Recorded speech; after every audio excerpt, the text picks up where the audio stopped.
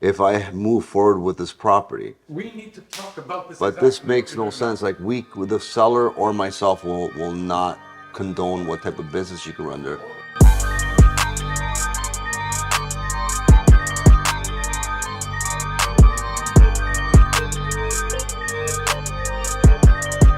Welcome back to another episode here, and I think today we're going to be talking about Tales of a Realtor and just how things are changing enough that we need to be very patient and we need to basically be conscientious. I'm David Beatty, yeah, of course. Your co-host, Sam Genova. Welcome back to another episode. So Dave, you seem very heated. No, not heated. Not heated, but what happened today? No, it's just like this whole real estate forecast has become a little bit more Challenging. Like, we had a really good run. Everything was going fast and furious. Wasn't right either. But now it seems like it's really switched paces here. And we as realtors, I tell all of the agents in the office to be mindful and be very, very diligent about performing our tasks, because now more than ever, people are like really like looking for way more and sometimes beyond our scope. So make sure you protect yourself, make sure you document things, make sure you offer up the advice you can provide. And then if you don't have the answers, you really need to lean on other people. Like you need to talk, need to have a good lawyer on your side to ask the questions, and you need to make sure clients that you're representing seek these resources, because we don't have all the answers and we don't want to be like wearing all these hats. So you have a story, Dave. Could you tell everyone watching what exactly happened? Oh no, I just had, with the way listings go right now, like, if you have listings on the market, we're on a whole bunch of websites and a whole bunch of like social media, the Realtor app, and people are using so many ways. There's so many ways to get to us, right? Facebook Marketplace. We're advertising on every type of platform to get the buyers and traction through these listings for our clients.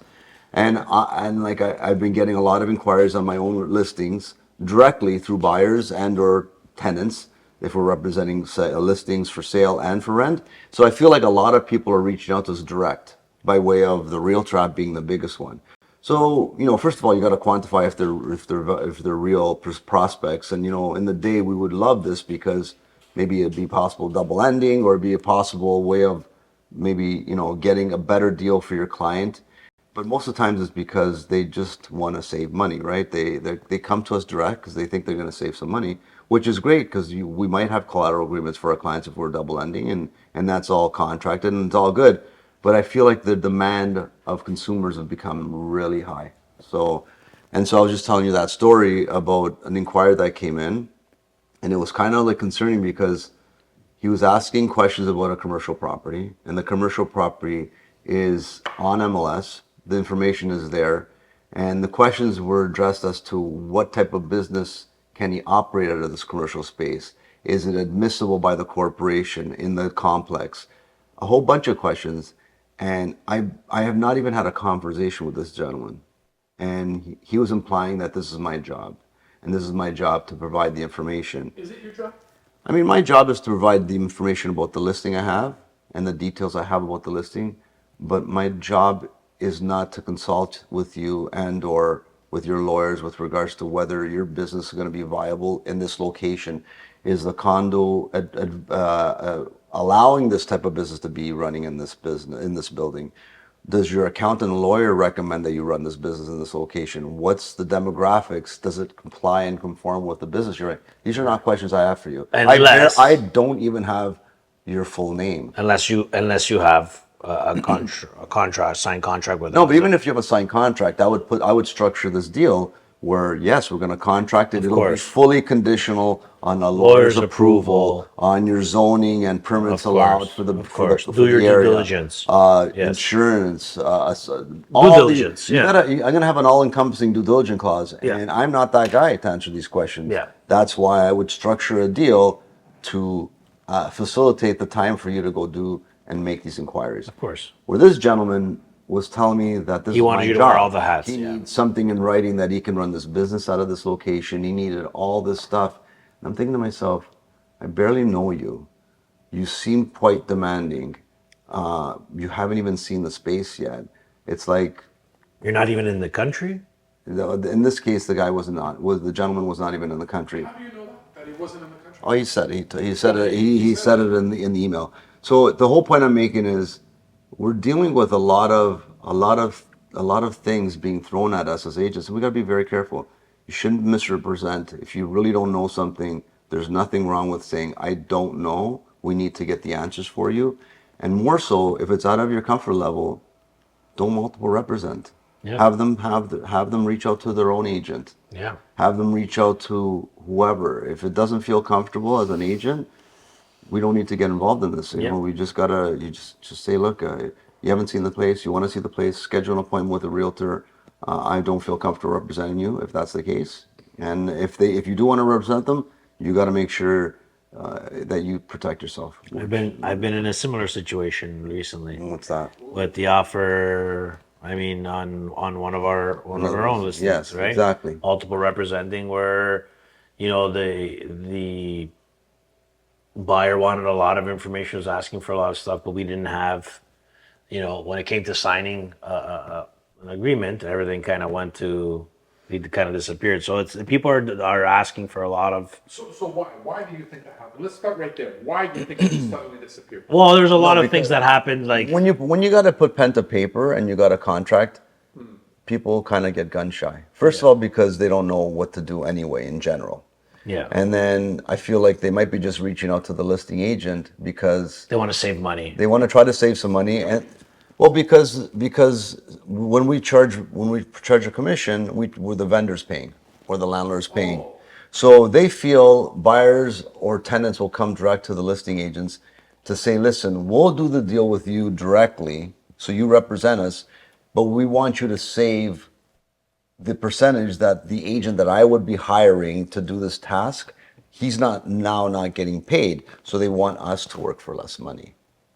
Really? Yes, this is a thing, right? That's right, and this It's okay. There's nothing wrong with it. Is that a thing in your industry? That is a thing with buyers. It's a request that they a frequently lot of- make, but like- doesn't mean that we have to accept that. Frequently make it. Yeah, like I mean, if they're coming directly to you without having their own representation, 9 out of 10, they're looking to get a deal. They're looking to think that if you're dealing with the listing agent direct, that listing agent will save the seller commission But because. is that true?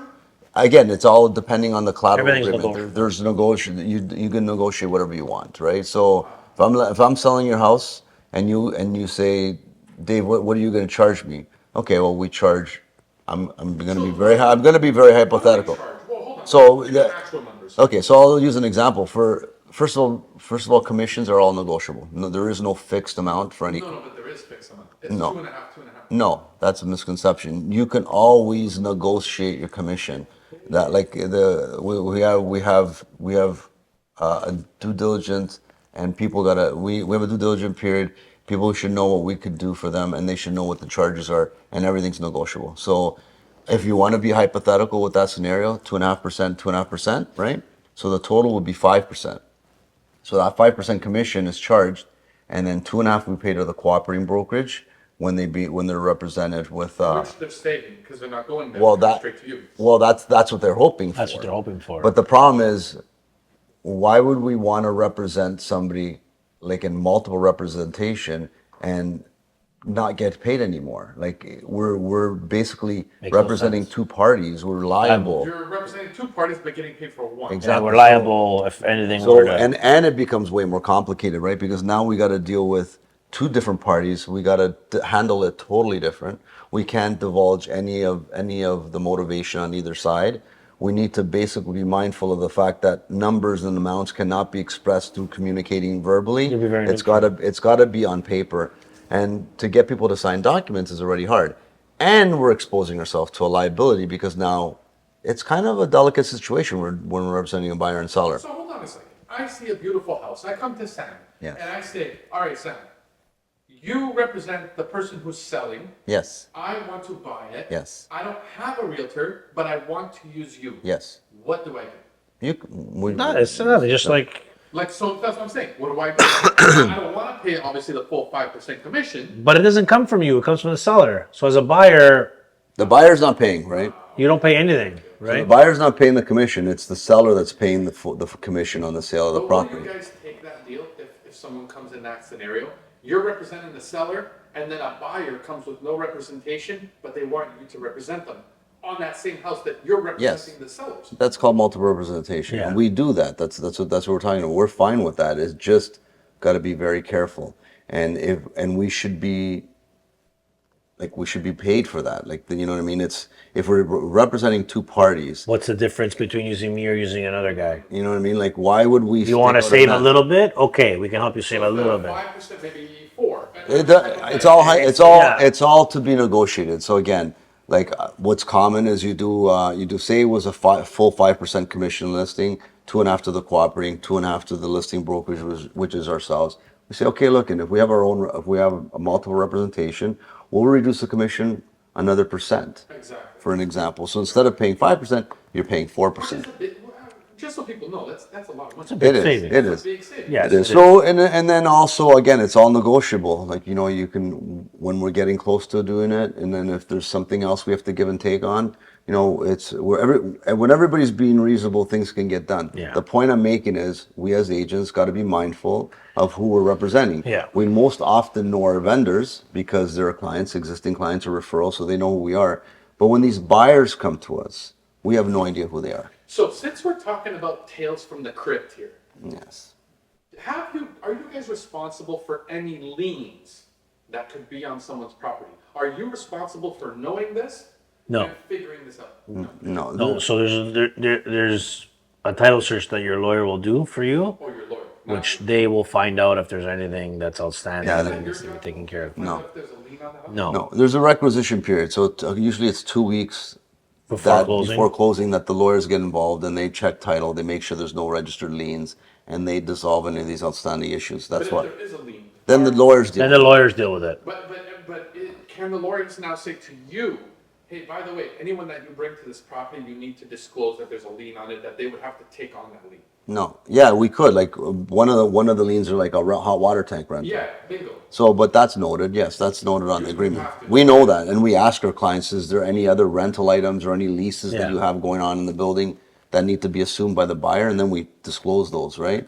But if they don't know, like the liens could be even like if you did you replaced the windows at your house and you never paid the bill yet. Yeah, so Then- who's responsible for that?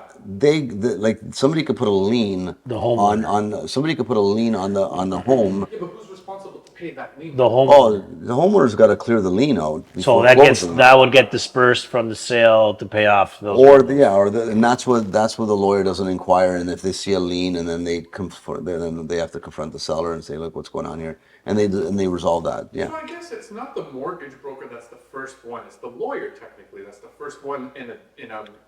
No, it's mortgage brokers first because they have to be qualified for what they can afford. Okay. And then they go see the agent, and then they buy the house.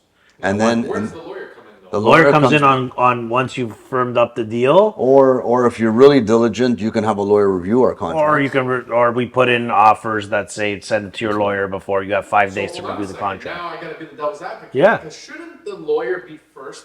So this way the people don't waste your time?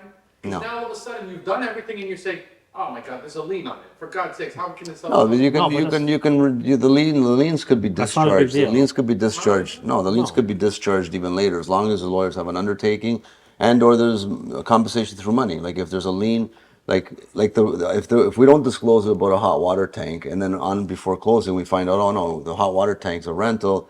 We find out that the buyout's $1,800. Okay, so before you close, Who's paying the you pay the $1,800 and you close, right? It's happened to me before where a client of mine didn't know that the water tank was a rental, and before closing he had to pay for the rental. Yeah, like You know. Out of the cost Yeah. of the house. and there's like they're coming up with a whole bunch of different things. They're doing a whole home care now, like where you get furnace and air conditioning as a full rental.